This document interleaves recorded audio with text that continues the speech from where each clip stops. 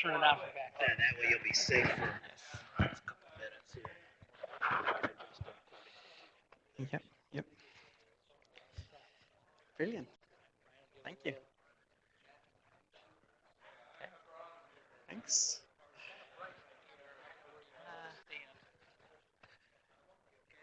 So yeah, I think it's okay. Yeah, and I can see that here. Yeah. Okay. Yeah.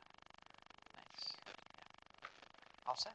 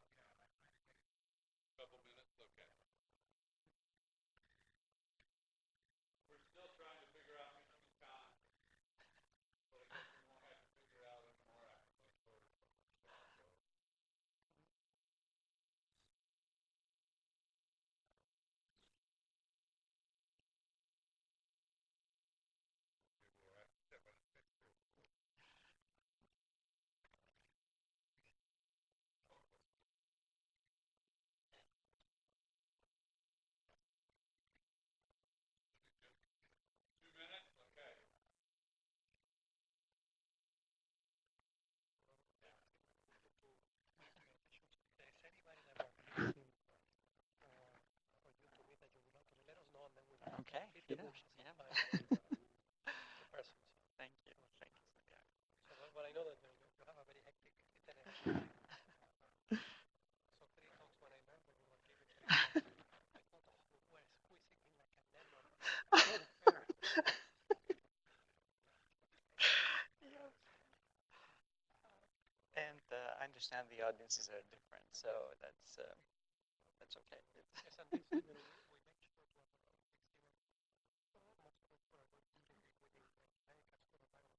have a fixed event. Most of us who are going to be within America's School of Biomedical. Mine as enterprise economic lecturer. Yeah. So I might be people with social skills.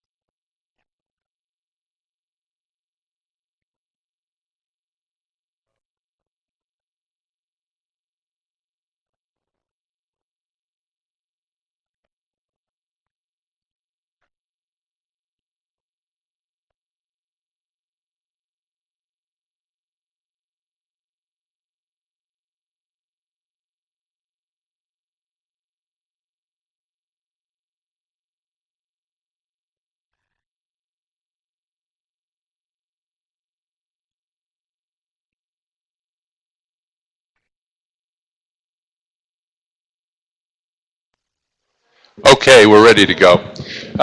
Look, it's nice to see everybody. It's an exciting seminar. I'm just going to say a couple remarks and turn it over to Santiago so he can introduce John formally. There's little brochures out there.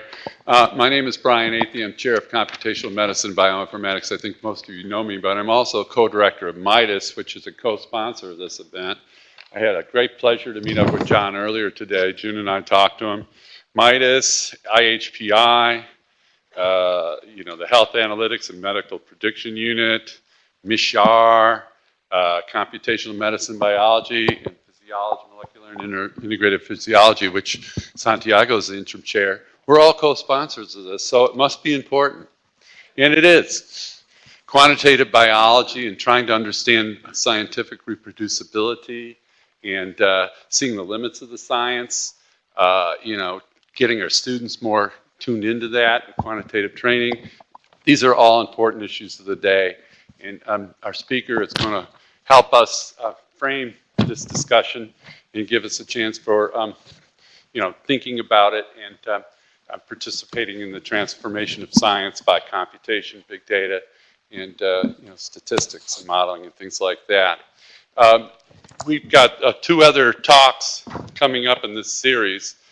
There's going to be an internal medicine grand rounds and an IHPI seminar. The IHPI seminar will be tomorrow at 4 p.m. at the NCRC Building 10 in the research auditorium.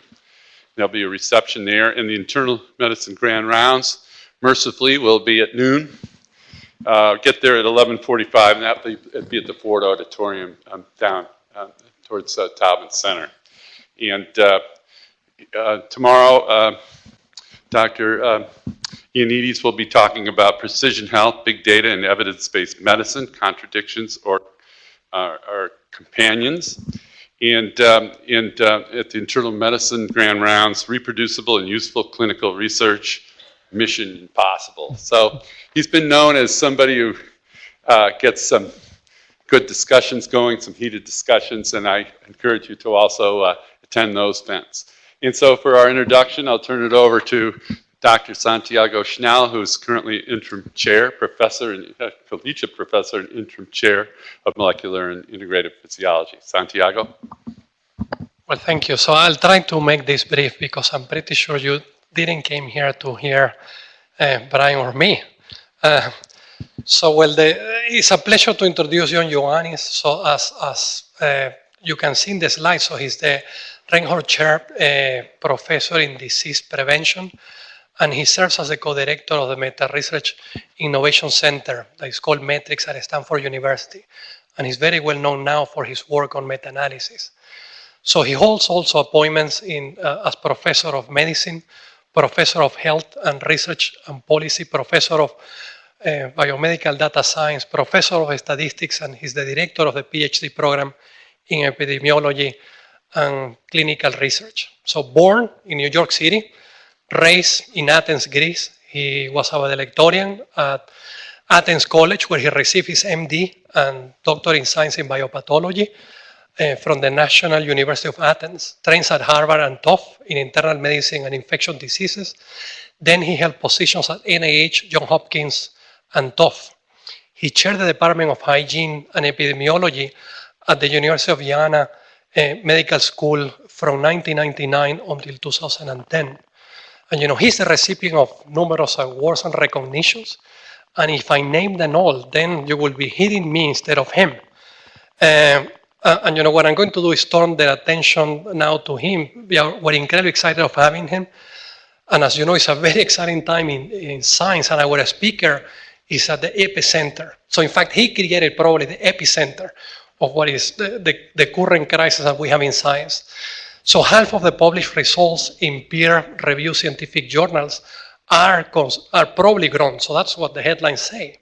And made those headlines in 2015 with his PLOS Medicine paper titled "Why Most Published Research Findings Are False." Since then, researchers in many areas have confirmed his skepticism, often failing to reproduce the results of many influential journal articles. And slowly, scientists are internalizing the lessons of this reproducibility crisis to the point that now funding agencies are taking steps to address this issue. And we look forward to learn a few important lessons from you today. And John, it's a pleasure to have you here. And welcome to the University of Michigan.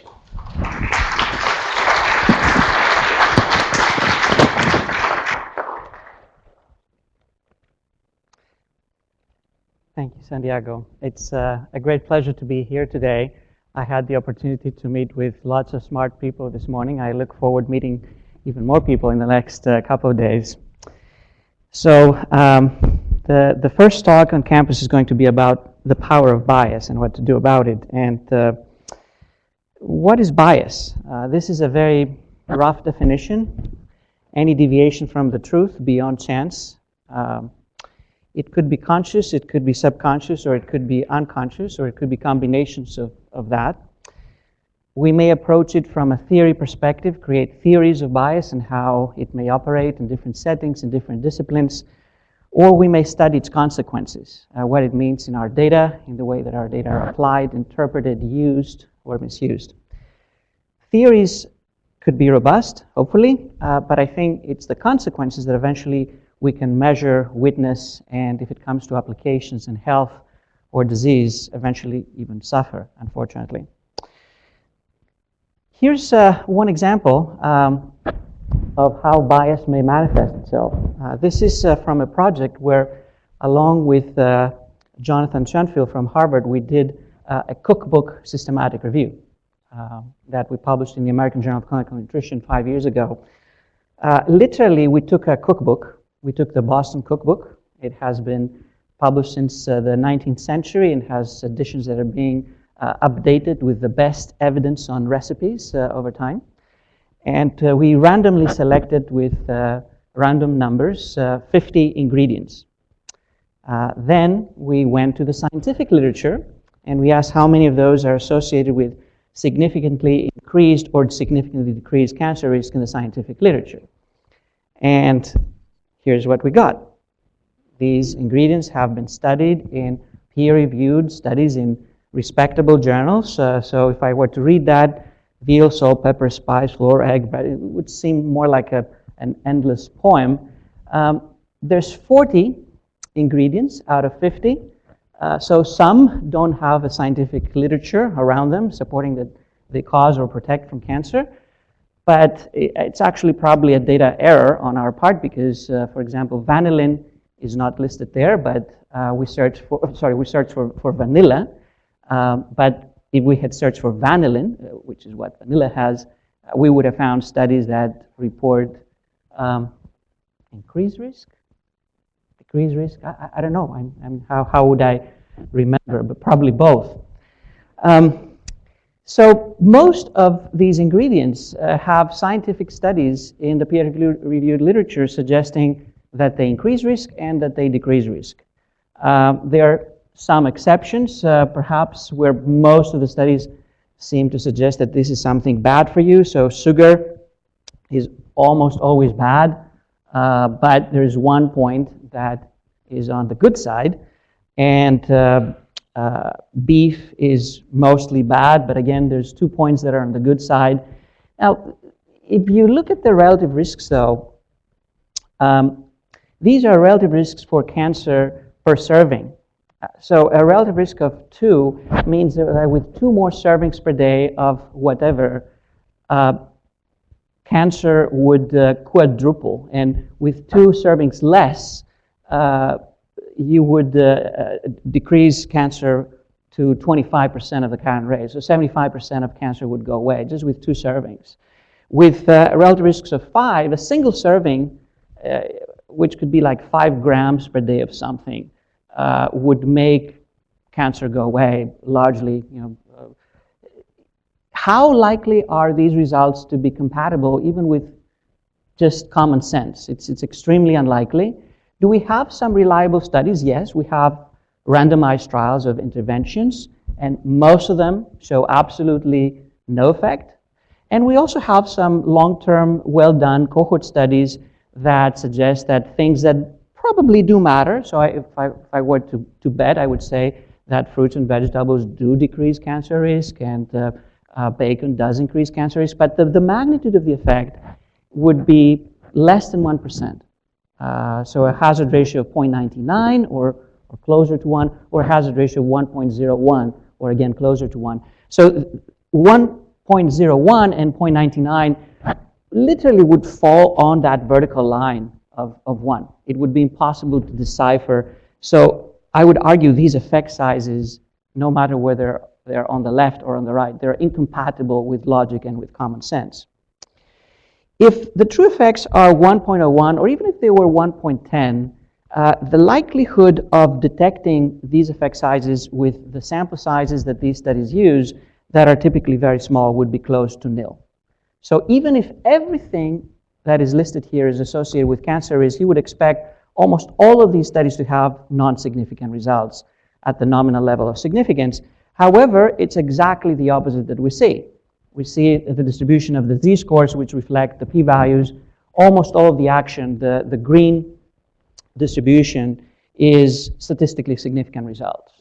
If you look more carefully, reading the papers, you will see some of the gray points, which are statements that seem to have been primary outcomes of these studies, but are hidden somehow in the fine print. So you guess that that was a primary endpoint, but it didn't end up being so nice, so someone else looked at something else. So some of these fine prints start filling in that middle space of non-significant results, but not to the point that you would get a huge concentration of quote-unquote negative results.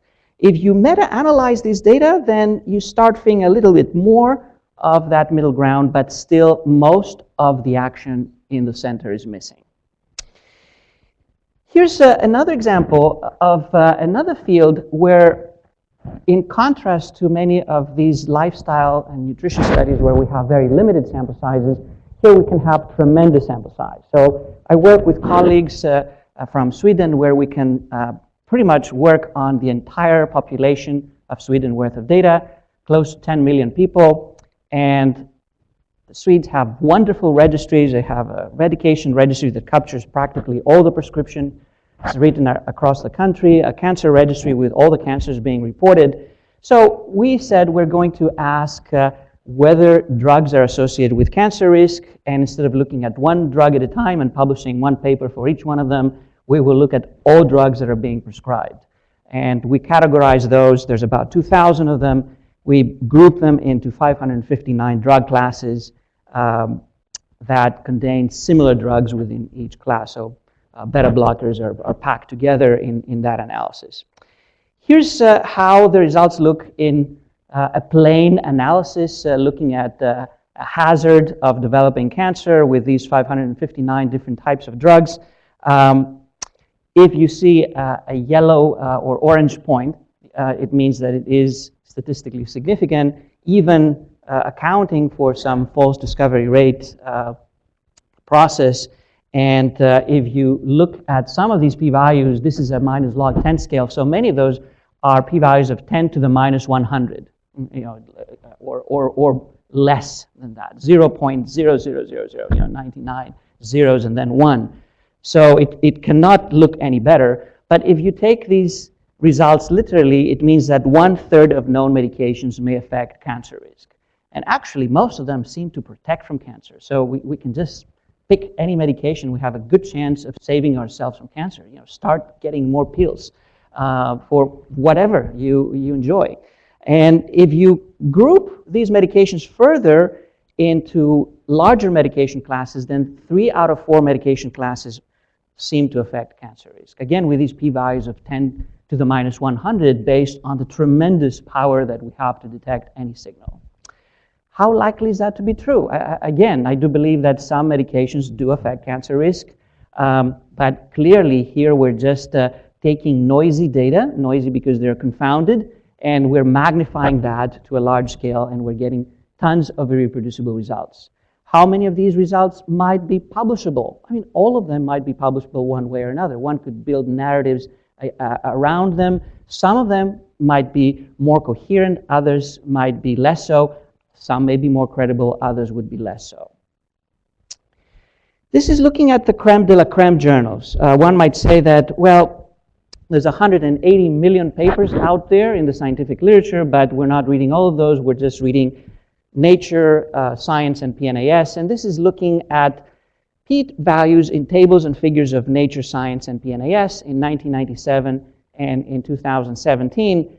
Practically what we see is that if you have p-values in figures or tables in these prestigious journals, almost all of them highlight statistically significant results. Some drop for papers that explicitly have multiplicity correction, then the percentage drops from something like 98% down to 87%. Now, figures and tables are one way to show all the results, or kind of a comprehensive picture of the results, because you cannot really list every single data point and result in the full text. Nevertheless, this complete picture still suggests 98% success rate of significant results, even in these visual displays that are supposedly going to be more comprehensive.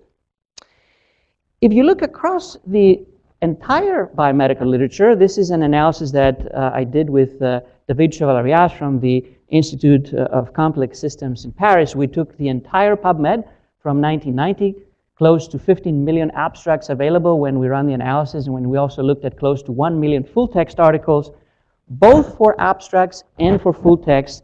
96% of the time, when there was a p-value listed in an abstract or in a full text, that paper had statistically significant results to claim. The vast majority of them also had language associated with it saying that they're novel. If you take that literally, it means that scientific discovery has become a boring nuisance, because everything is novel, everything is significant, everything is major, everything is a great discovery. And I'm not saying that biomedicine does not make great progress and that we do not have discoveries. I think we have hundreds and perhaps thousands of discoveries, but do we really have tens of millions of discoveries as these papers would claim? I would seriously doubt that. This is some work that Dan Fanelli did. Dan spent a number of years with us at Stanford in metrics, and this is one paper where he took the results of the primary hypothesis, so not just any p-value, but trying to look at what was the statistical significance of the main hypothesis, if you trust the authors that that was the main hypothesis of the paper being presented.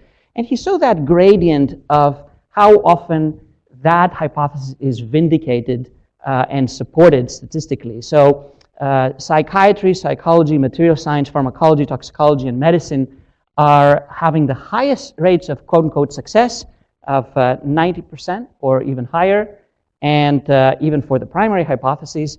And physical sciences like space science, geosciences, have the lowest quote-unquote success rates of 60%. The question here is, do you want to be more successful or less successful? I would argue that I feel better about the fields that are less successful. I think somehow it makes more sense, it's more realistic that not everything that they touch becomes gold. And I'm talking to Midas, so you understand what that means. It's extremely unlikely that everything that we touch becomes gold. Even 60%, I would argue, is a rate that seems to be extremely good. And even space science has evidence of irreproducibility. So the literature of exoplanets, planets that are discovered that look like Earth, and therefore, maybe our future is there. Most of the literature suggests that anywhere between 30 and 50% or even more of the claimed exoplanets are spurious discoveries and not really valid exoplanets. Why research findings may not be credible? Basically, we have these two forces. We have bias and we have random error, which may also be seen from the window of multiple comparisons for those who like the school of multiple comparison issues. Usually there's plenty of both. There's plenty of bias and plenty of random error that we're fighting on a daily basis trying to work with data. And biases can take many different forms. A number of years ago, we published that paper in Journal of Clinical Epidemiology where, again, we mapped the entire biomedical literature, and we mapped 235 different types of bias. And this is clearly an underestimate because we used a method that had to find bias in a 2-word or 3-word sequence. So things like a healthy worker effect that doesn't have bias, but it is a bias, would not be captured through that process. So 235 is an underestimate, and this is a map of science focusing on communities of disciplines and their papers where specific biases tend to be more prominent. So if I show you the community that we call citation bias, each of these communities is named after the name of the most specific and least frequent, most specific term that is used within that community. You have the world of meta-analysis that is dealing with publications, and the major biases there are publication bias, language bias, and citation bias. But other communities have other biases. Some biases affect many disciplines and many communities of investigation. Others are highly specific to specific niches of scientific investigation. If you look at the creme de la creme of the end product of biomedical research, one could look at papers that have clinical applications and that have received the highest number of citations in the literature. If you look at those creme de la creme papers, about a third of them get clearly refuted. Either you have a better study, larger study, better done study that shows absolutely no effect, or they're found to be grossly exaggerated and the effect is much smaller compared to what we originally thought. For randomized experiments that are at that end of the spectrum of the translational pipeline, even then, about 25% of the time they get refuted. For observational studies that manage to get such high visibility, 5 out of 6 get refuted, and there's other series like one by Stan Young that has found 0 out of 52 prominent observational claims being replicated in subsequent well-done randomized trials. So success rate is 0% with 95% confidence interval going from 0 to 6%, extremely low. Here's some classic examples. Vitamin E was thought to be highly effective to prevent cardiovascular mortality, and that was found in 2 large prospective cohorts, but also 1 large trial of 2,000 people. How often do we do randomized trials of 2,000 people? And then large randomized trials with more than 10-fold larger sample size and much better contact showed absolutely no impact on mortality or major outcomes. If anything, there was a trend for increased death risk with higher doses of vitamin E. Hormone therapy, for a long time, lots of specialists were pushing that all women upon reaching menopause should be on hormones based on epidemiological studies from large cohorts at Harvard and elsewhere. Again, the Women's Health Initiative, a very large randomized trial, showed absolutely no benefit to harm ratio that would be worthwhile. Actually, the harmful outcomes were far outnumbering the potential beneficial ones. Nitric oxide, New England Journal of Medicine paper, found to markedly improve outcomes in adult respiratory distress syndrome. A study of 9 people, like the miracle cure for adult ARDS that has been very recalcitrant to treat. Much larger studies with 100-fold larger sample size show absolutely no benefit in that population, even increased risk of death. Flavonoids decrease cardiovascular mortality by 80%. It's unclear whether they do anything. Low-fat diet dramatically decreases colorectal cancer, heart disease, stroke, and breast cancer. Again, doesn't seem to be better than low-carb diet. Aspirin, different effects or similar effects in men and women. Beta-carotene could eliminate cancer based on large observational studies, but actually it doesn't even decrease 1% cancer in 6 large randomized trials. Or fruit intake can diminish breast cancer risk by up to 90%. Again, very questionable whether it has any impact on breast cancer risk at all. Even with the most rigorous experimental designs, sometimes we have this type of pendulum behavior in the evidence.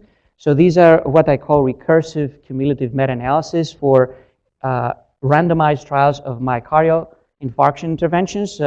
Cardiology has been running the largest trials compared to probably any other field in medicine. It has the best tradition of experimental designs and randomization, so you would expect to see some stability of effects.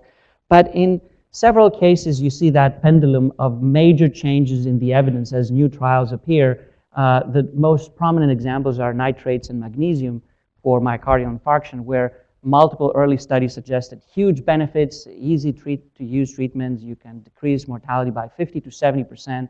Then large trials suggested modest benefits, and then huge trials suggested no benefits. People still didn't want to believe it, so they ran even more large trials, and again, there was no benefit and even increased harm. Do we at least clean the ground when we see that something doesn't seem to be what we thought to be? We don't. Papers that get overtly refuted continue to be cited. One of the most highly cited papers in medicine is the Wakefield paper in The Lancet that vaccines cause autism. And, nothing can be refuted more than that, but it has received about 3,000 citations. Here's some examples of some of the associations that had the strongest possible refutations, like beta-carotene as chemopreventive agent had 6 randomized trials showing absolutely no benefit and excluding, at the end of the day, even a 1% difference in beneficial outcome. These papers continue to be heavily cited. Not only they continue to be heavily cited, but if you read how they're cited, it's not that the citations say that they were wrong. The citations either completely ignore these vast randomized trials that cost billions of dollars to run, and they say we continue to measure beta-carotene in the tails of rats because we believe that it's a very effective chemopreventive agent, or they even raise counter arguments that all these better, larger studies were not actually better and larger and more accurate, but they were wrong and everything was correct as it had been originally found. So their citation trajectory tends to be much better compared to the average paper published in the same journal after refutation, and very often refutation even gives them a boost to citations. Almost any result can be obtained unless there is a preconceived analysis plan that has been agreed before looking at the data. If we are in an exploratory mode, in many situations, almost any result can be obtained. I call this the vibration of effects, and it often leads to what I have coined as a term, the Janus phenomenon, from that Greek-Roman god who could see in both opposite directions. So here's one example from NHANES data, the National Household Survey in the US, and what I'm showing here are clouds of 1 million different ways to analyze the same simple association of either creatinine as a risk factor for death or vitamin E as a risk factor for death. The way to get 1 million different analysis is that for mortality, there's many other things that could affect the risk of death. So if you decide to adjust or not for gender, you have two options, to adjust or not adjust. If you decide to adjust for age or not, you have two more options. If you decide to adjust for prior cardiovascular disease, you have two more options, for exercise, for diet, for whatever. If you have 19 variables that you can choose, you have 2 to the 19 options. This is about 1 million choices. And then you can plot the minus log 10 p-value on the vertical axis and the hazard ratio on the horizontal axis.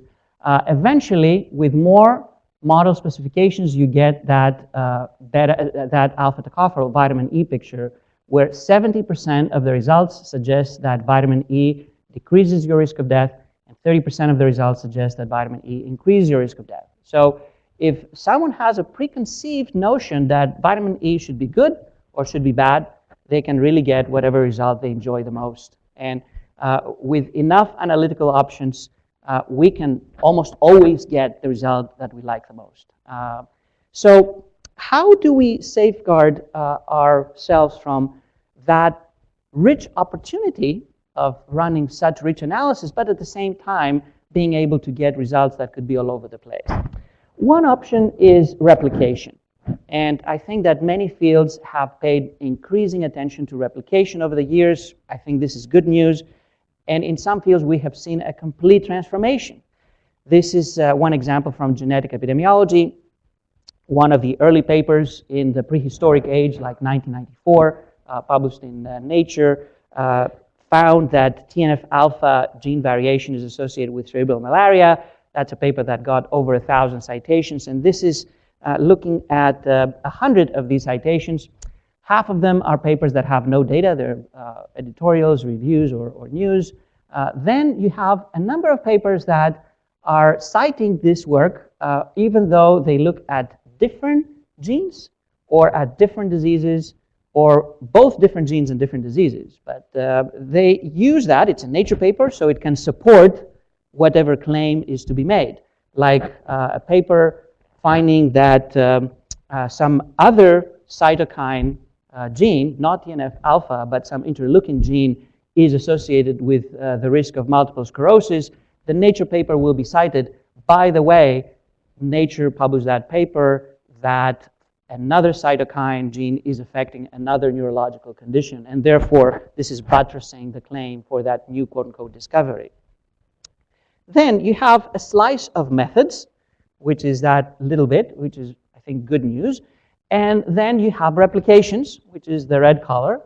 And it's not really an error in the plot. None of the 100 papers that build upon the Nature paper actually tried to replicate this. By the time the first replication happened, that paper had received about 700 citations. The replication study was 20 times bigger, and it showed absolutely no effect.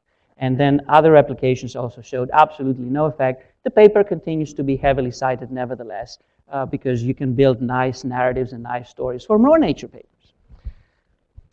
What is happening now? Well, in the last 10 years, genetic epidemiology has taken a completely different stance, and replication is a sine qua non. At some point, we realized that we were not getting very far. We started building large consortia, joining forces, teamwork, sharing data, very consistent analytical approaches, hardcore statisticians being involved in the process routinely.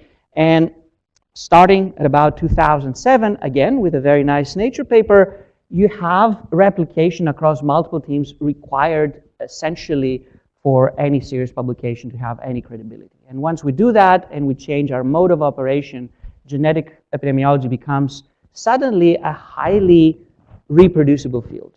From a point where nothing could be replicated, now almost everything, all the signals that we get can be replicated. Now, whether they're useful or whatever, I mean, that's a different story, but at least these are results that have been replicated across different teams.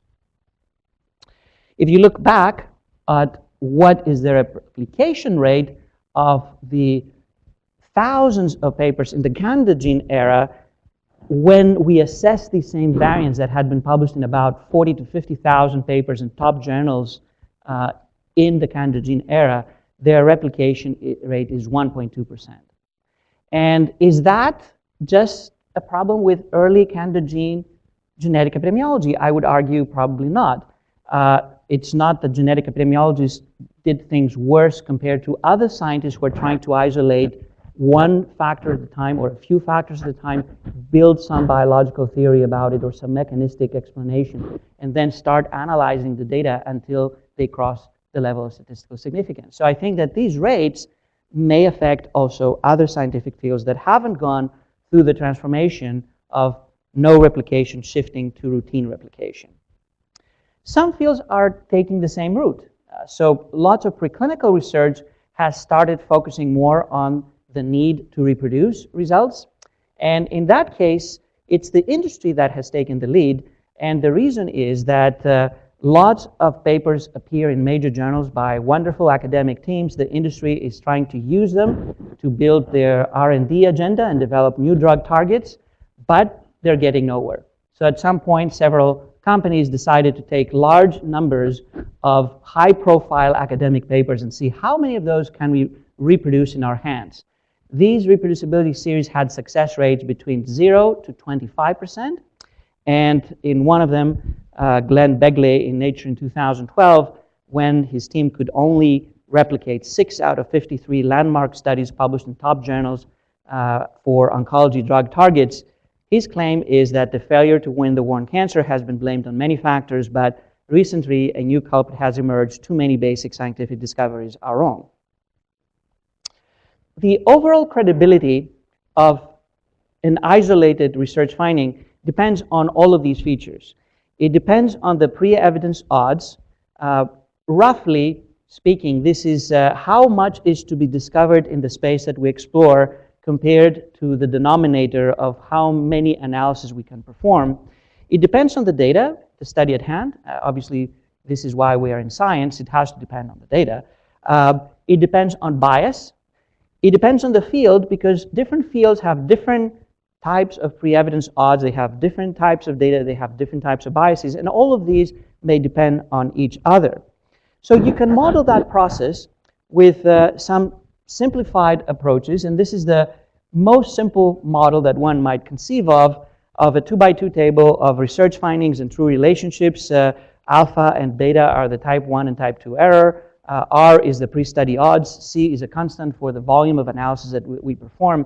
And you have the 2x2 table in this situation where you have no bias at all, and there's only one team of researchers on planet Earth. So you have eliminated all competition, and you are the only lab. Also, you're the only editor of the only journal, and you publish everything that exists. It's all one person or one team. And in that situation, you can run calculations based on these assumptions. To make it a little bit more realistic, we can add bias, meaning that some of the results that should not have been discoveries are claimed to be discoveries because bias is present.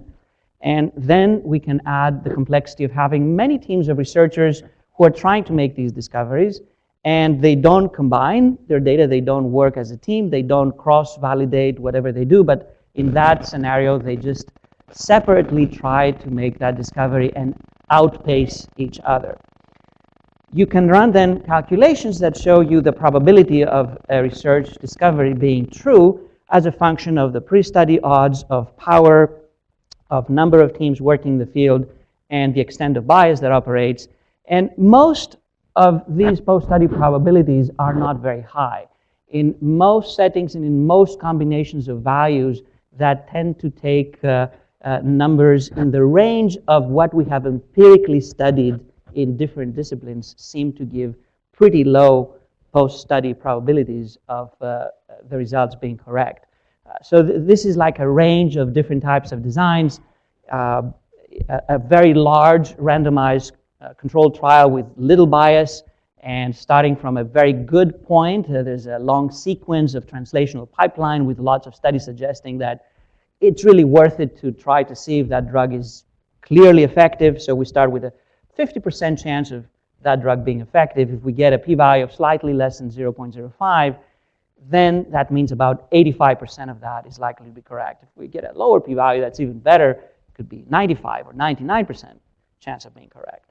A confirmatory meta-analysis where we have multiple well-done studies showing the same thing, again, gets up to 85% or even more if we have even stronger evidence. A meta-analysis of small inconclusive studies that happens to cross the boundaries of statistical significance, most of those would be wrong. Only 40% of them would be correct. Once you go down to underpowered studies, then you go down to 20% truth rates. Then if you go to observational epidemiological associations, it's even less. When you go to massive discovery exploration, a p-value of 0.05 means absolutely nothing. And this is why many fields in these areas use far more stringent discovery thresholds, like p-values of genome-wide significance in the case of genomic studies. There are fields where effect sizes are the best estimators of the extent of bias in the field. In some disciplines, the effect sizes are a mixture of some genuine ones and some that are due to bias. So fields that have few genuine effects, on average, they're showing you how much bias is operating in the field. In that vein, fields that find larger effect sizes and are deemed to be more successful are probably simply more biased than others that find smaller effect sizes. And within the same scientific discipline, the most successful and appreciated studies may be simply those that suffer the worst net bias. I'm not saying that this is the dominant situation, but I have seen many situations where once the field transforms itself, it's realized that the biggest effects that we thought were there were just the worst bias studies that were available. The post-study odds of a true finding become smaller when we have any of these factors appearing. When effect sizes are small, when studies are small, when fields are hot and many furtively competitive teams are working on them trying to outpace each other, when there's strong interest in the results, for example, financial interest from people like companies and industry that try to make money out of them, where databases are large, and when analyses are more flexible. Fortunately or unfortunately, modern science has more of that, and it's getting to become even more common to have most of these factors, almost all of them, together in many of the research endeavors that we're pursuing. Because large effect sizes, the low-hanging fruit in many fields, have already been collected, so we're dealing with trying to discover smaller and smaller effects. Most fields are unavoidably running small studies because of limited resources and limited funding. Fields can be very competitive. We have 20 million scientists who are authoring or co-authoring scientific papers across science. There's often strong interest in the results, financial or other.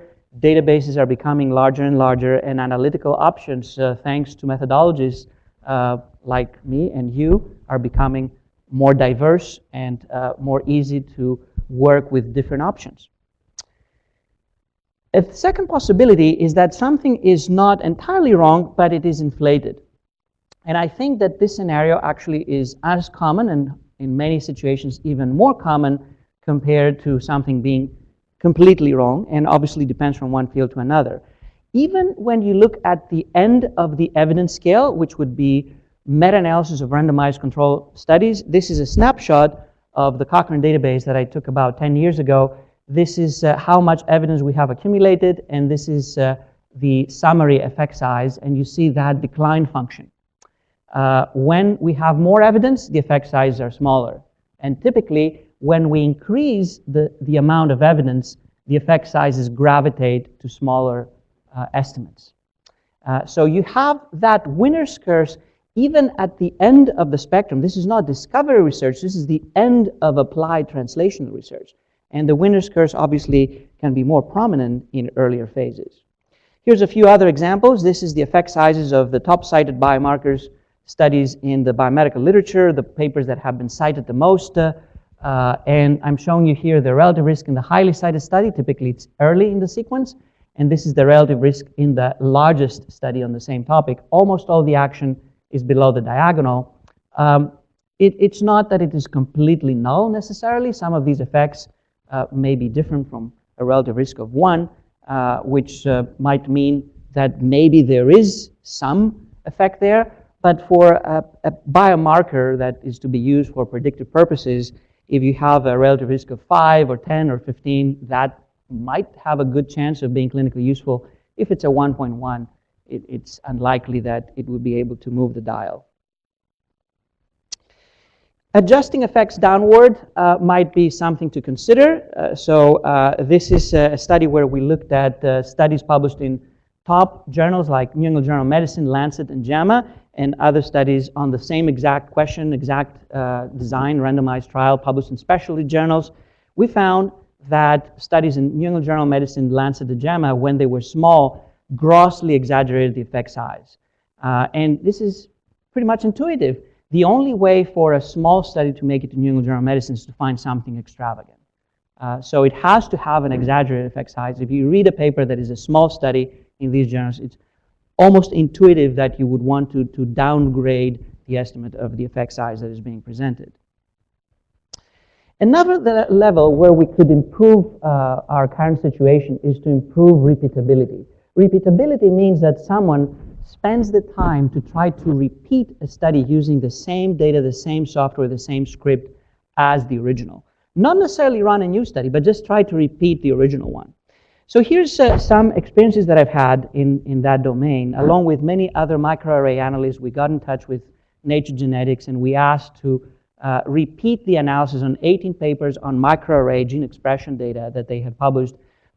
Nature Genetics already had in place a policy that all the data, all the software, all the script has to be available as a precondition to publication for these type of studies. Only 2 of the 18 papers that we tried to reanalyze could be reanalyzed and get the same result. Sometimes there were discrepancies, or there were discrepancies and not even the raw data were available. Most often, we just couldn't reproduce everything because the data were not available, even though it was supposed to be. The software was not available. It had disappeared. It was homemade. The methods were very unclear, so different analysts read them very differently and reached different conclusions, which were also different compared to the original paper. Or everything was clear, but the result that we got was different compared to what had been published originally. Some fields are moving to reproducibility checks in massive scale. So psychological science is one such field.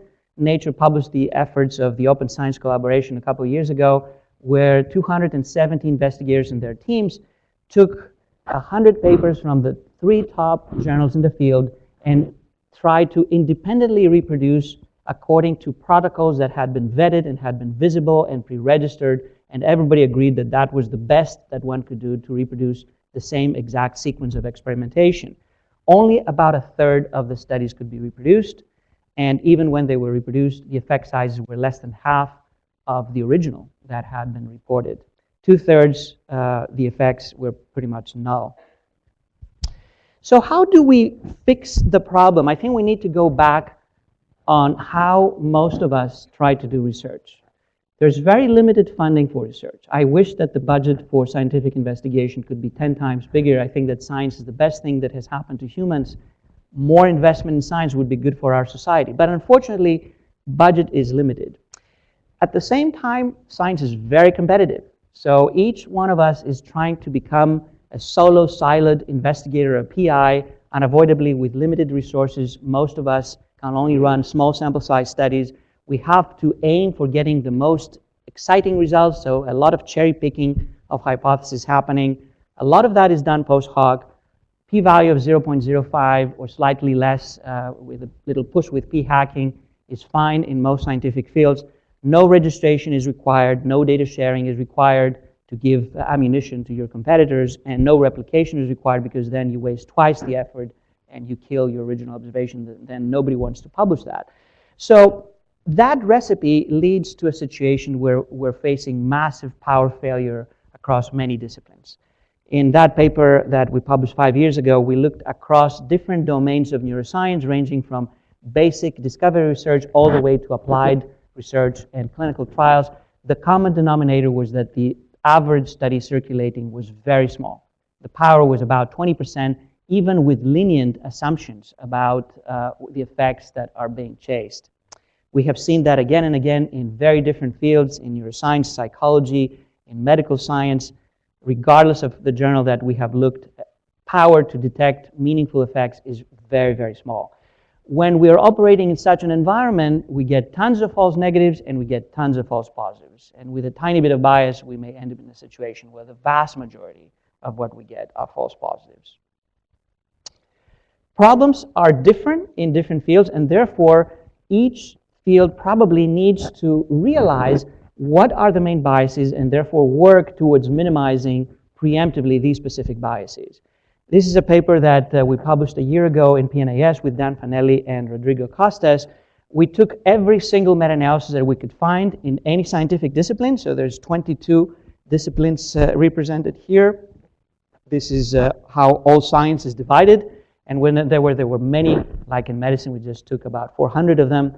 And we pre-specified 17 types of biases, 17 patterns that would be consistent with bias. Now, when you have a meta-analysis, it doesn't mean that it is correct. It could be that all the studies are very consistently showing the same thing, but it could be that all of them are wrong, or it could be that all of them are correct. What we're chasing here is patterns that are consistent with specific modes of bias operating. So small study effects, or small study bias, is the situation where small studies give exaggerated effects compared to larger studies. And we could see how common that pattern is. It was very common in the social sciences, common in the biomedical sciences, not common in the physical sciences. Gray literature bias signals, again, differentially scattered across different fields. Decline effects, early extreme results, citation bias, US studies showing exaggerated extremes. Each bias has its footprint in specific disciplines more prominently than others. These needs to be taken into account as we try to eliminate these biases from our everyday life. And to do that, we have the option of acting very early or acting late. So ideally, you want to have a preemptive strike at the level of the research agenda, even before studies start to be designed. But if we cannot do that, then we can hopefully try to intervene while studies are being done, at the level of their analysis, at the level of their reporting. Ideally, you want to safeguard the entire process because obviously if you eliminate biases in the design phase, but then they're reintroduced in the analysis or the reporting, we haven't really gained much. There's 12 families of bias correction methods or bias preemptive elimination methods that I have tried to summarize here. Large-scale collaborative research, adoption of a replication culture, registration of studies, protocols, analysis codes, data sets, raw data and results, sharing of data protocols, materials, software, and other tools, reproducibility practices, containment of conflicted sponsors and authors, more appropriate statistical methods, standardization of definitions and analysis, more stringent thresholds for claiming discoveries or successes, improvement of study design standards, improvement of peer review, reporting and dissemination of research, and better training of the scientific workforce in methods and statistical literacy. Not all of them need to be applied in every type of design and in every type of investigation. So registration in principle is a good idea when there is a specific hypothesis and a specific plan. There's a lot of exploratory research, and in those cases I would argue the only thing that we need to do is just be honest and clear, transparent, that that was data exploration. That was data dredging, that was data fishing. This is wonderful. Data dredging and data fishing can lead to some very interesting insights, but we need to say so, that this is what happened. In other cases, maybe we can register a data set. If I register a data set, I'm telling you that I possess that data set that has 10 million variables on 1 million people, so tonight I can launch 1 trillion p-values against you. You know, it's like mapping my nuclear arsenal in a way, so that you know how much I can destroy the literature overnight. Level 2 would be registration of a protocol, if a protocol exists. Level 3 would be registration of an analysis plan that goes way beyond the protocol. Level 4 would be registration of the analysis plan and the raw data, and level 5 would be open live streaming, where this is something that has been done in some fields like systems biology. Someone is putting the protocol out there for comments, and then this is vetted, optimized, and then the results are communicated online. Here's one example of registered reports. 107 journals have adopted that practice. Basically, the study is peer-reviewed without having any of the results, but the study has already been written up. So it's valued and assessed based on its scientific merit, and then the results come in. You populate the tables and the figures, so the slope might be like this or it might be like that. That's okay. The paper will get another second review, but in principle it has been accepted based on its scientific value of the design. Sharing is something that lots of us want to do, and if you look at the 50 top impact factor journals, they do have policies in place. That's the green color here, of asking for sharing of data, of materials, of protocols, even making that a prerequisite to publication. But the last column has lots of zeros, mostly, and this is how many out of 10 papers in each one of these journals actually adhere to these policies. So sharing is not easy to do, and even though journals say, yes, please do share, if you look at a random sample from the entire biomedical literature, this is a random sample of 500 papers, half of them have primary data, none of them shared their entire data set. And only one of them had the full explicit detailed protocol in place. Actually, that was a separate publication that was the protocol being published. Reproducibility for computational methods also has plenty of room for improvement. We published these guidelines about 1.5 years in Science, where we realized that it's impossible to get to perfection overnight, so there's different levels. The early level would be just to see if there's some link with software or data or script. And if there is one, someone please click on it and make sure that you don't get an error or something, because this is a very common and frustrating experience. Then you have all the way to someone willing to waste or spend 4 years of their life, like Keith Baggerly, trying to show over 4 or 5 years that these Duke studies were completely irreproducible and nobody paying attention, and Nature sending reply letters, we cannot publish this because it's not novel.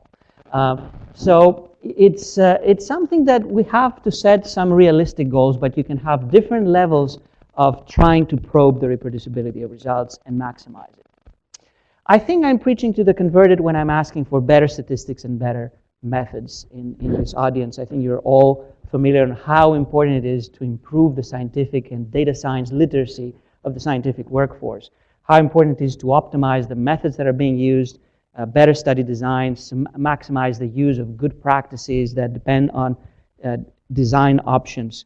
And sometimes we may do the best possible, but there's still some errors that get undetected for a long time.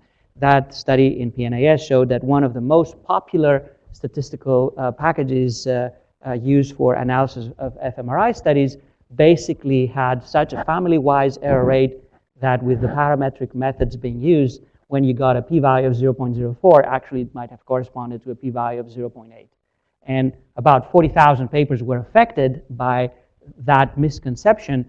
It's not that they were all wrong, probably a much smaller set made completely erroneous conclusions, but that's something that went undetected for tens of thousands of papers before someone brought that to our attention.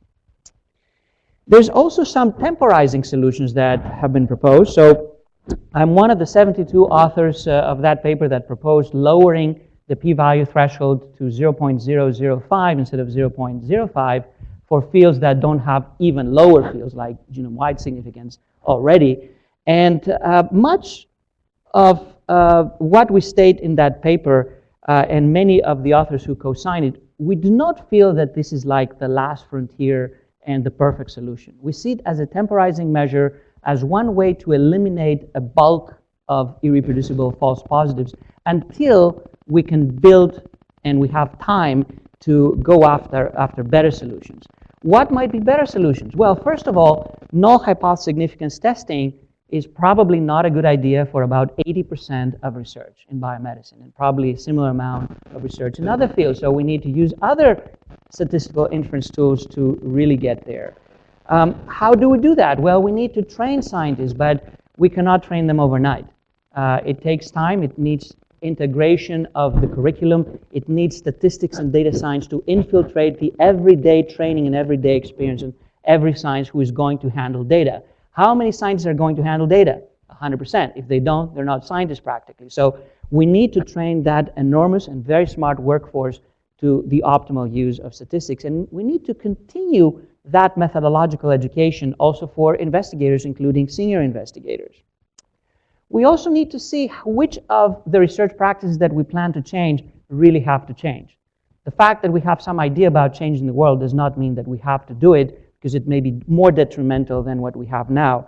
So we need more research on research, and we also need to re-engineer the reward system to be aligned with getting reproducible results. Currently, we're paying a lot of attention to productivity, getting more patients, more grants, more papers, but we need to find ways to value quality, reproducibility, sharing, and for scientists who work on applied science, the translational impact on research. These probably needs a revolution. So this is a manifesto for reproducible science on how we can change our incentive system and how we can prioritize research practices that are aligned with getting more credible and more useful research. Who is going to do that? It could be scientists. It has to be scientists. It's not something that has to be imposed. It can be journals. It can be funders. It can be other stakeholders, including the general public, who really want to see the best science communicated and affecting their lives. To conclude, biases are highly prevalent across different types of designs and scientific disciplines. New challenges and opportunities in modern science need to consider the specific patterns of bias that may affect specific types of designs and disciplines. Biases erode the credibility of the evidence. We need transparent, reproducible research practices that are effective in reducing biases, increasing the credibility of the literature. And in many cases, we don't have enough evidence even on these practices, and therefore we need to do research on them to make sure that we don't make things worse. I will close by special thanks to a number of my colleagues who have contributed to some of the empirical work that I showed you today. I think without their smart, bright ideas and work that they contributed, maybe I would have been able to show you next to nothing. And thank you for your patience listening to me at 5:30.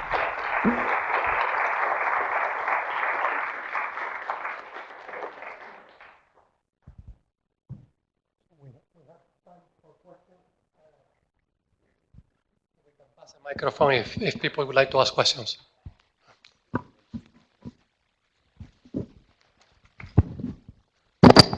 So I actually wrote a paper once in referring to sort of preventive things that you could do preventively in a certain disease area, and the title of the paper was "When There's Too Much to Do." You know, it was all about sort of how do you go about trying to prioritize when there's a bunch of things you could do, and there's a whole, we each can think of 30 or 40 things that we could do for this, but the real question is where to start. I'm uneasy with starting with the p-value adjustment because it seems to me that's just playing into the weakness we have. If we just set the filter lower, that we'll have more exaggerated effects than we had before. There are millions of scientists, so there'll be enough people to generate low p-value experiments.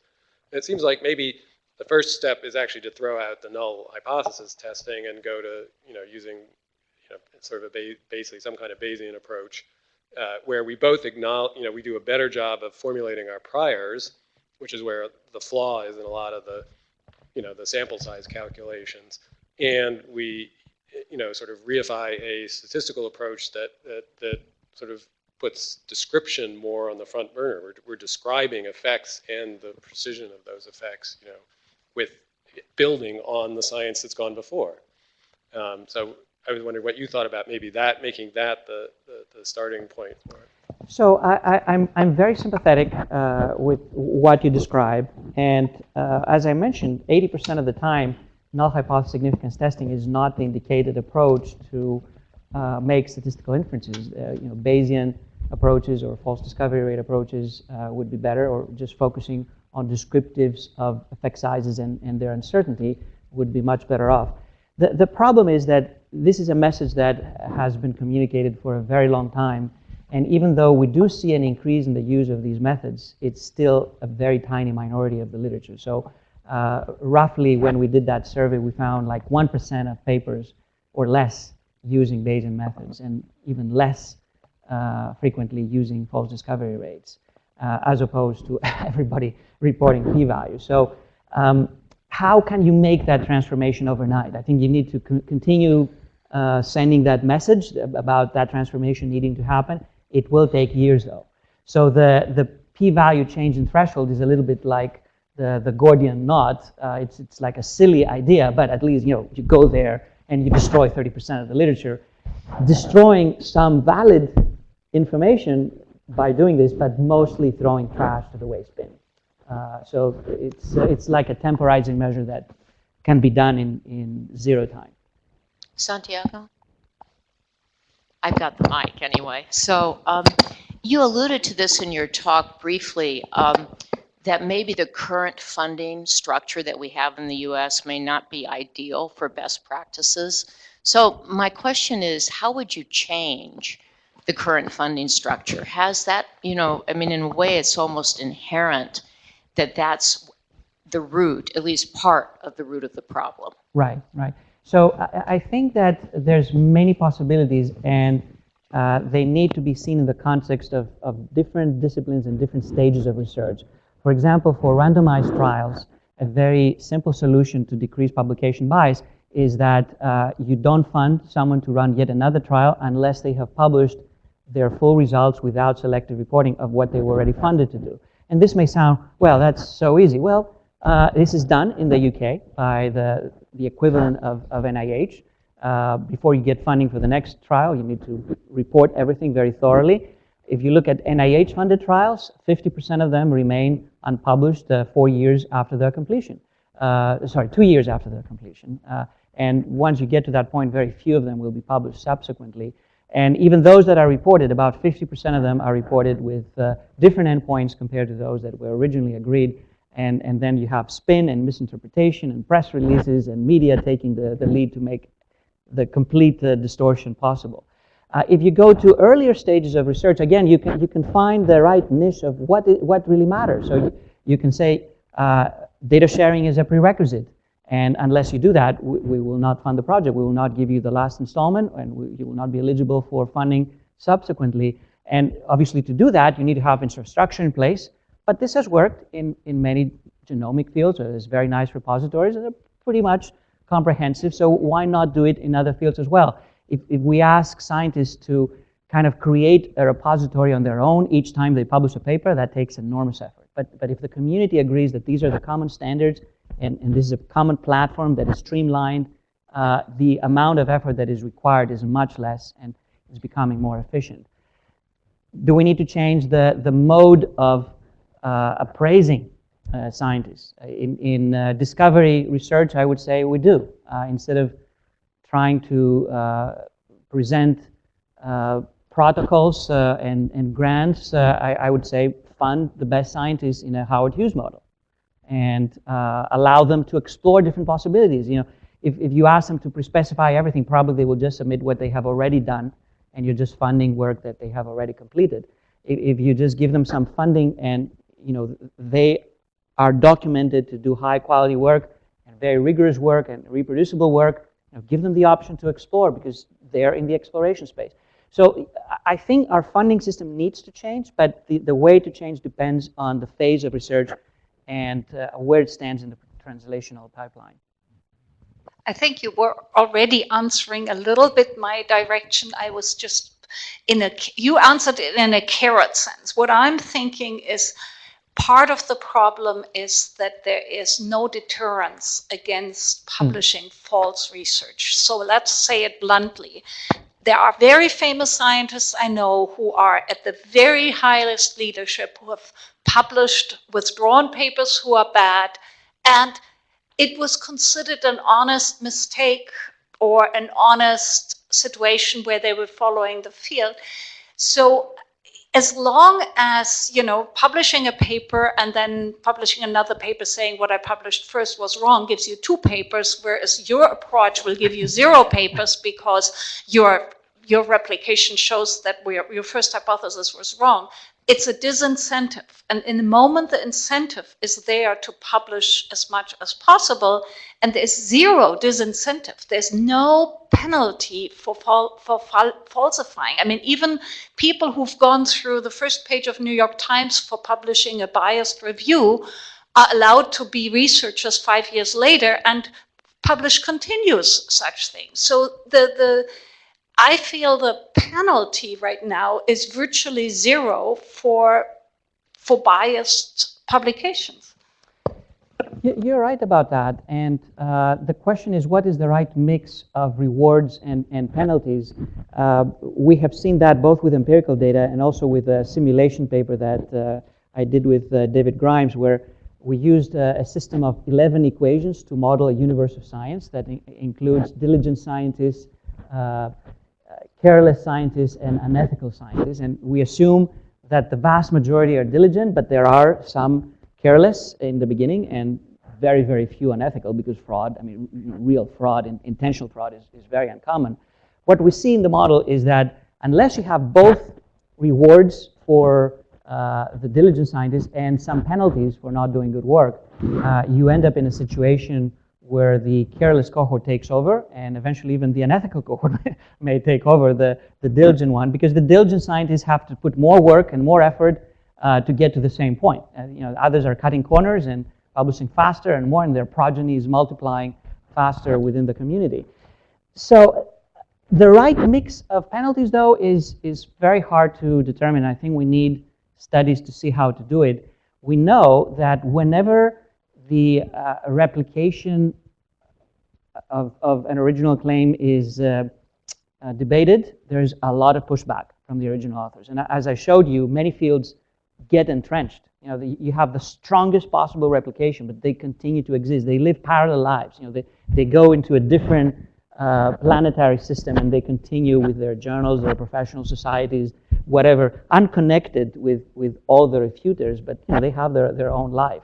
And they continue getting funded, and sometimes heavily so. So some of the results that I showed you are by the teams that get the highest amount of dollars from NIH right now. So nutrition science that has been entirely refuted gets more funding than almost any other team that I know of. How do you have the right penalties, and how do we react as a scientific community at large? I think there are open questions, but the right mix is clearly urgently desirable to be identified. To what extent might it be possible to improve the situation by using information from larger numbers of repeated measurements as from monitoring devices, as distinct from larger numbers of subjects to gain power? Mm-hmm. So it's an interesting possibility, and I think that for many questions, having multiple measurements is a plus. And then the question is, how much of the irreproducibility is such that would be captured by the multiplicity of measurements? If the problems are inherent to the measured environment, then it's okay. We will capture it once we measure more. But if they're not, we may have a situation where we get more data, and we may end up in a situation like what I showed you with the medication associations, where we have tons of data. We get p-values of 10 to the minus 100. Power is no longer an issue. We're tremendously overpowered in that situation. But still, we haven't solved the basic problems, which in that case is confounding. In other cases, it may be other biases that are not captured by the multiplicity of the repeated measurements. So it's useful, but I I cannot say that it's a panacea that all the time just getting repeated measurements will solve every problem. So, a great talk. Most of the examples you gave of clinical studies were of diseases involving large populations, studies where there might be hundreds, if not thousands, of patients. But the reality is, in clinical medicine, depending on how many diseases you acknowledge there might be, most of them turn out to be rare diseases or orphan diseases. Mm-hmm. Mm-hmm. So the, must-have criteria of hundreds, if not thousands, of subjects really turns into would be nice to have. And so we're not only faced with smaller sample sizes, but also if you're developing therapeutics, the fact that regulatory agencies demand testing a null hypothesis. So maybe could you comment on that and how we deal with that problem? You're right about that. Sample size is not always easily available. I would argue that in most of the situations where small studies predominate, large sample size is possible, and actually it would be more efficient to design these large studies rather than have these zillions of small studies. To give you one example, for antidepressant trials, the average trial has a sample size of about 60 participants. The average licensing package has 4 or 5 of these trials, but this is a disease that affects 5% of the population. So we're talking about hundreds of millions of people potentially being affected, and that's being possible to study. If you look at all the antidepressant trials, there's more than 120,000 participants that have been included, but they have been fragmented across 520 trials. So instead of running all these micro trials, I would argue maybe we could have joined forces and run some more definitive ones with better chance of addressing the questions that we want. There are diseases that are indeed rare, and then you cannot get 100,000, obviously, and you cannot even get 1,000. In these cases, we have to work with the most efficient design and minimization of errors and biases. I mean, here, the necessity to minimize bias and error and to use the optimal design is at its highest. If you can allow a little bit of noise and error with 100,000, when you just have so limited samples, I mean, you really need to take the best shot. So I think that having knowledgeable methodologists, statisticians, data scientists, and optimizing the design and getting to the highest level of certainty, which may not be 100%, but it will be hopefully at a level where you can make decisions, is even more important.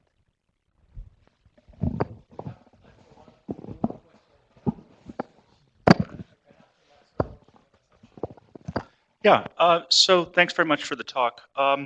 So when you're comparing observational studies and clinical trials, generally the assumption is the clinical trial is a gold standard.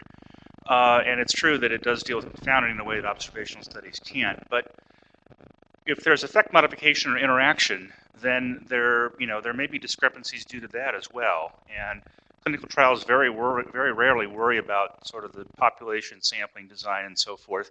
Observational studies maybe somewhat less rarely. Yeah. So I just wonder if some of the issues may be revolving around that and how you would absolutely. And randomized trials are not a gold standard. They're a silver standard or bronze standard. And in some aspects, they have major problems.